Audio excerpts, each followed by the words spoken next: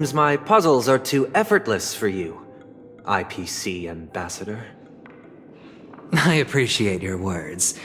And I see you put a lot of effort into welcoming me, Mr. Sunday. However, this is no way to greet a guest. Well, this isn't an invitation, but a summoning. Before we speak, I need to test your character.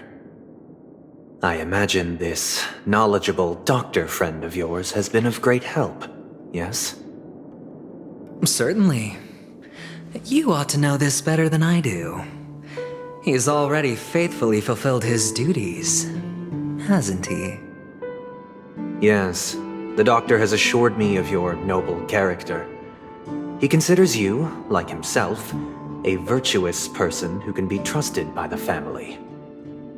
I have come to know you very well as a person, Mr. Aventurine. You're diligent, generous, and willing to cooperate. The fact that you succeeded in overcoming many obstacles just to meet me gave me the reason to believe in your wisdom and courage. But there's one thing I must ask you. That is, you've used your wisdom at the wrong place to meet the wrong person and put yourself in a situation where you shouldn't be, witnessing a tragedy that shouldn't have happened. You don't look too well. Am I making you anxious? But then it means I'm on your side. If I wasn't mistaken, you'd just made a serious accusation against the family. No, you weren't mistaken. For depravity is creeping in around you. There's no need for us to be evasive. Let's talk about your sister. Your sister's talent is unrivaled in the world of show business. As you know, her voice has been out of tune since she returned to Penacony. What's more disheartening, she can't sing anymore. Who could be responsible for this? Many suspect the culprit is among the outsiders, but I know you hold a different opinion.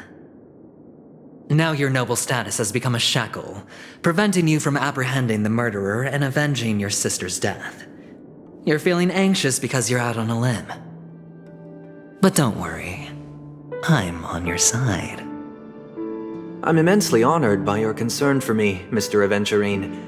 Since you're so selfless and generous, I believe you wouldn't ask for anything in return, would you? Well, naturally, you wouldn't incur any loss from this. I just want to reclaim what is mine.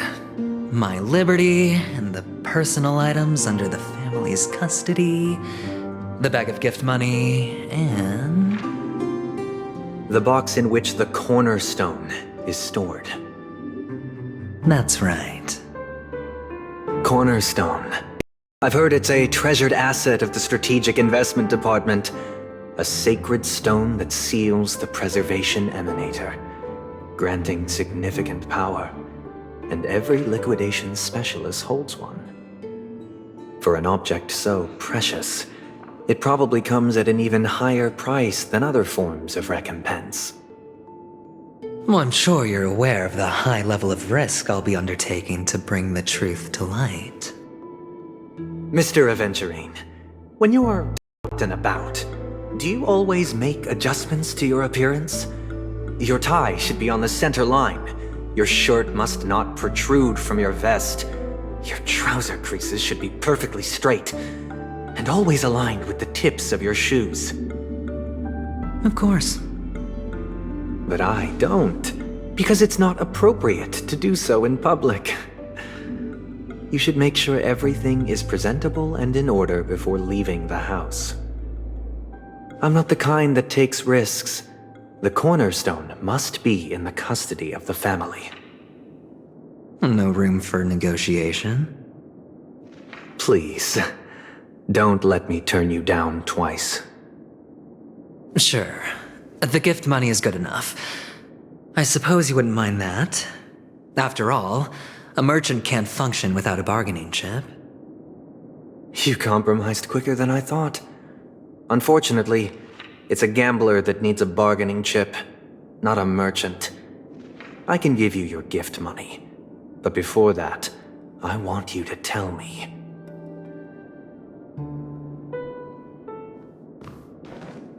The fact that you can decisively forsake the box you asked for, what exactly is stored in it?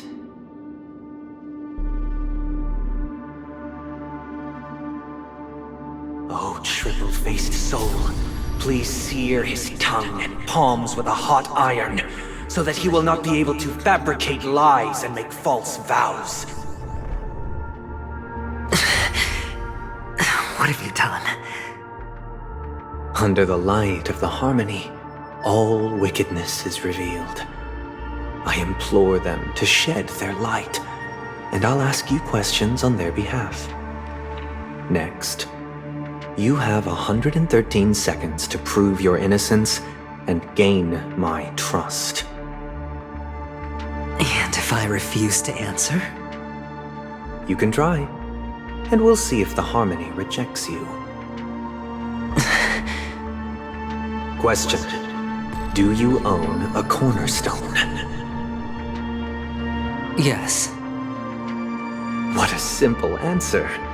You, too, understand that idle chatter leads only to poverty. Did you hand over the cornerstone to the family when you entered Penacony? Yes. Does the cornerstone you handed over to the family belong to you? Yes.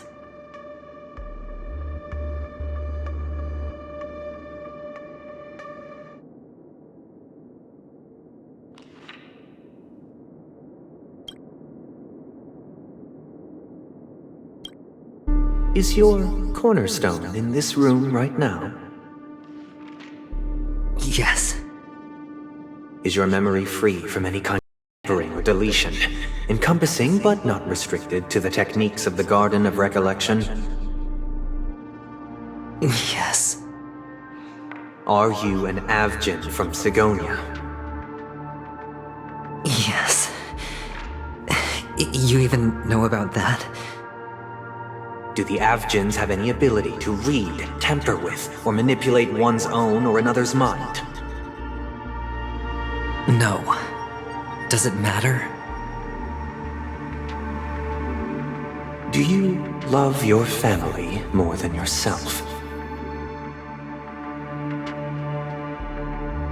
Yes.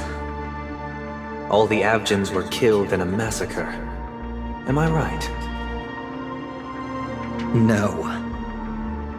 Are you your clan's sole survivor?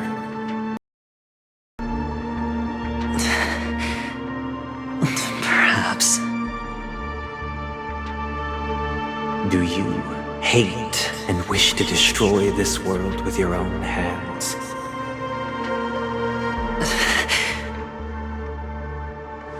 I don't know.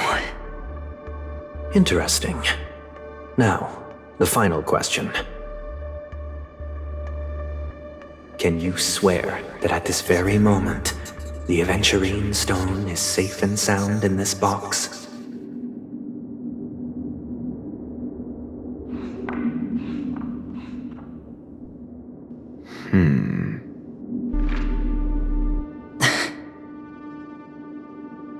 Of course.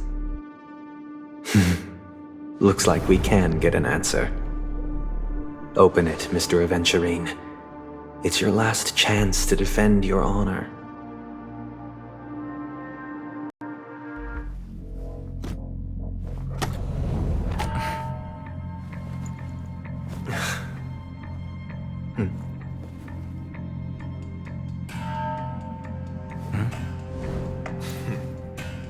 Please.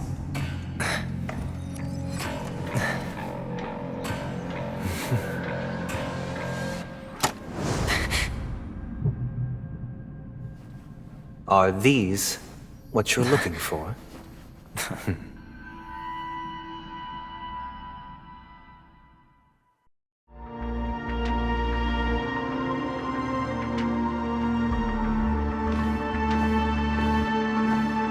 Since you came as promised, learned doctor, does this mean that you are willing to take the side of the family in this farce?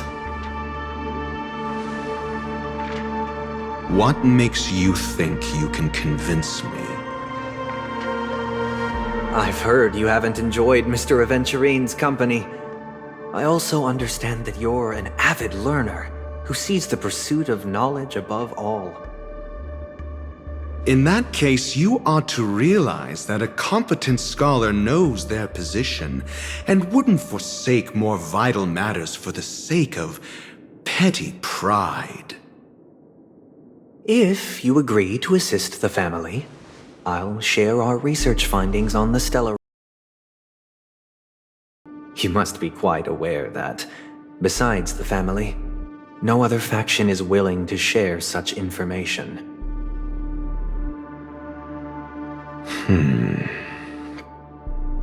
Cut to the chase. What do you need from me? I need Mr. Aventurine's comprehensive plan. Haven't you confiscated his cornerstone? You can't expect a featherless bird to take flight. But I've also heard the 10 elites in the Strategic Investment Department have united, progressing together in the interests of the IPC. You'll have to speak more clearly than that. The cornerstone, which Mr. Aventurine surrendered. Was it really his? You question whether he would entrust you with someone else's cornerstone. The 10 Stonehearts aren't as united as you think. Cornerstones are significantly more precious to them than their very own lives. But you know that he's a crazed gambler. The more vocal he is about it, the more cautious I must be. I never imagined someone would share his way of thinking. Honestly, you should see a shrink. Bring it. The box containing the cornerstone is unique, and only IPC senior staff and related members can access it. But I happen to be among them.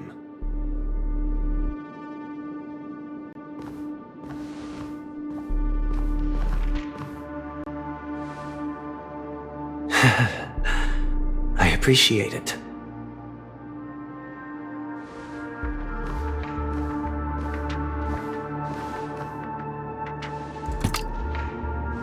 Unfortunately, your guess is correct.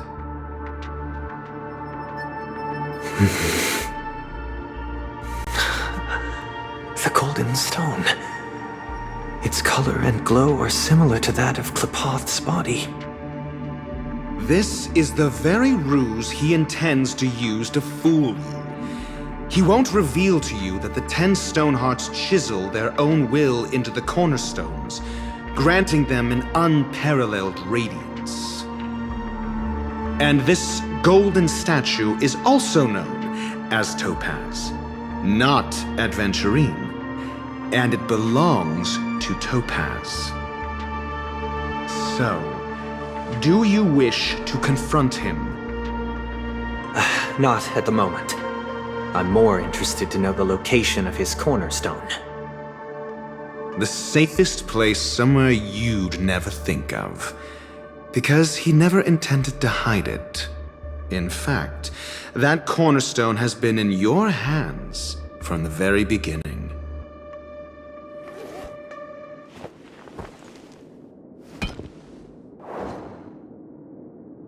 I see. This bag.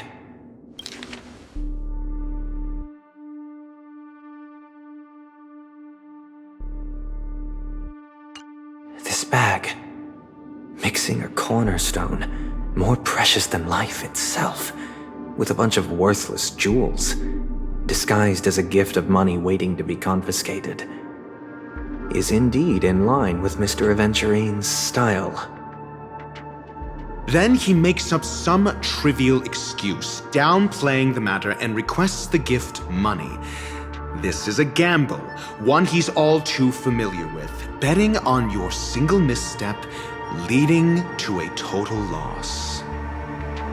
Learned Doctor, I am grateful for your help. The family will surely reward a righteous person like you. As for the villain, I hope he retreats in humiliation.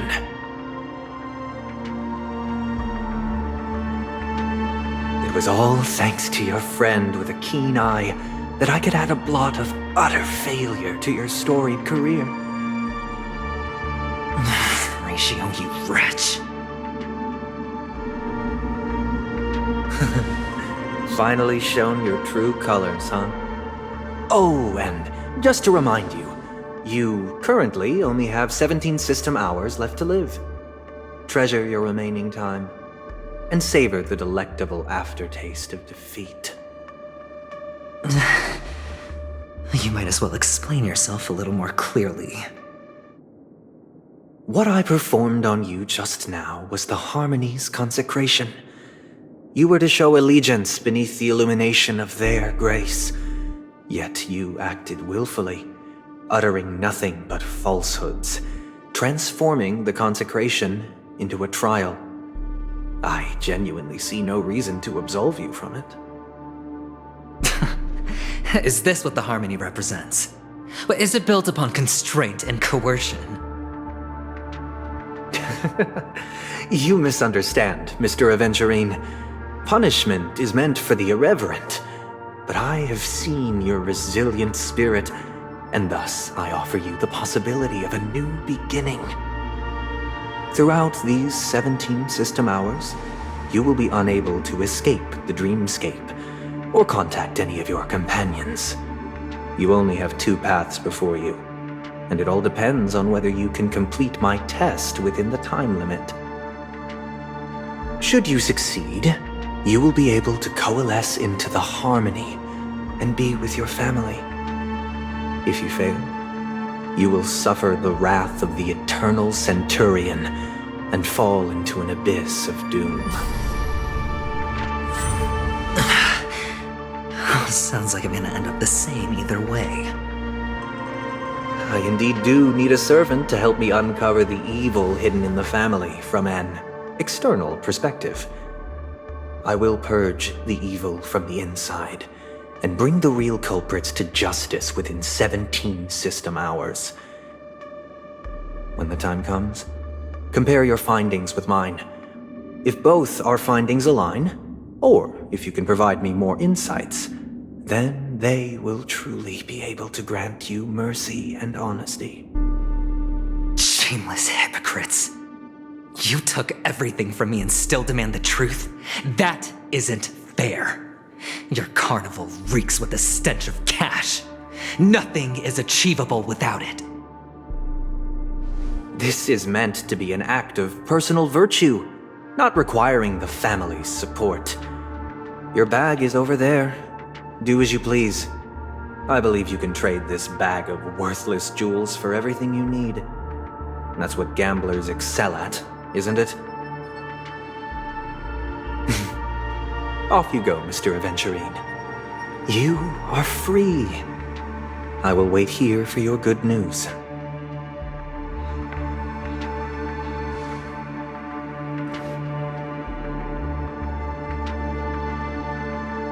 This meeting isn't an interrogation or a negotiation. It's an outright execution. Why would I do that, Mr. Aventurine? I'm just wondering what a passerby who stumbled upon a scene of a murder could have found out. That's all. By the way, before you go, I have a personal question. What is it now? Do you truly wish to bring about the destruction of this world?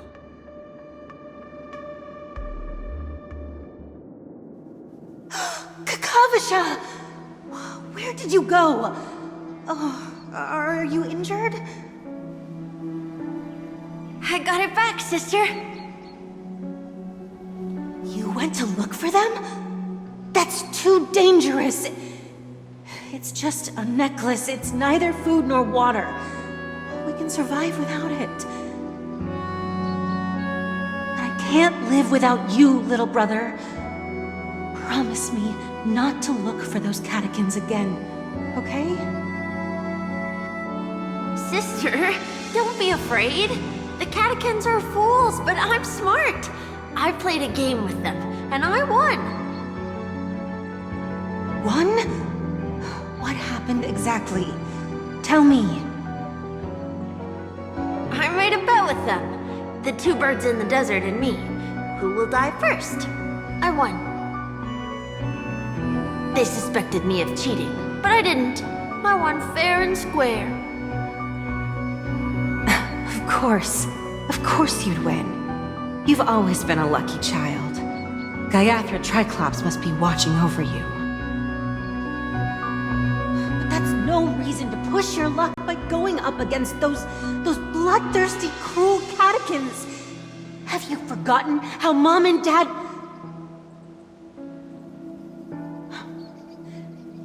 Look, this is just a necklace. But Kakavasha, you are my only family.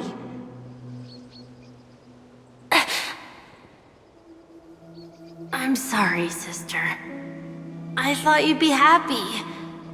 Because Mom left you this necklace.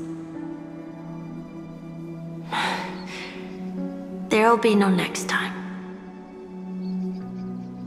It is important, but not as important as you, my dearest brother.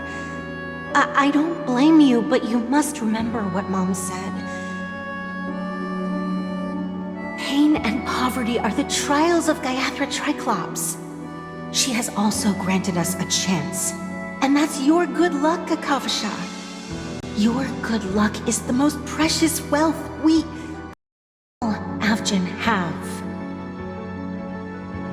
You're a child blessed by Gaiathra Triclops and can lead the clan to happiness. So always remember to protect yourself and never resent the pain and poverty you're going through, all right?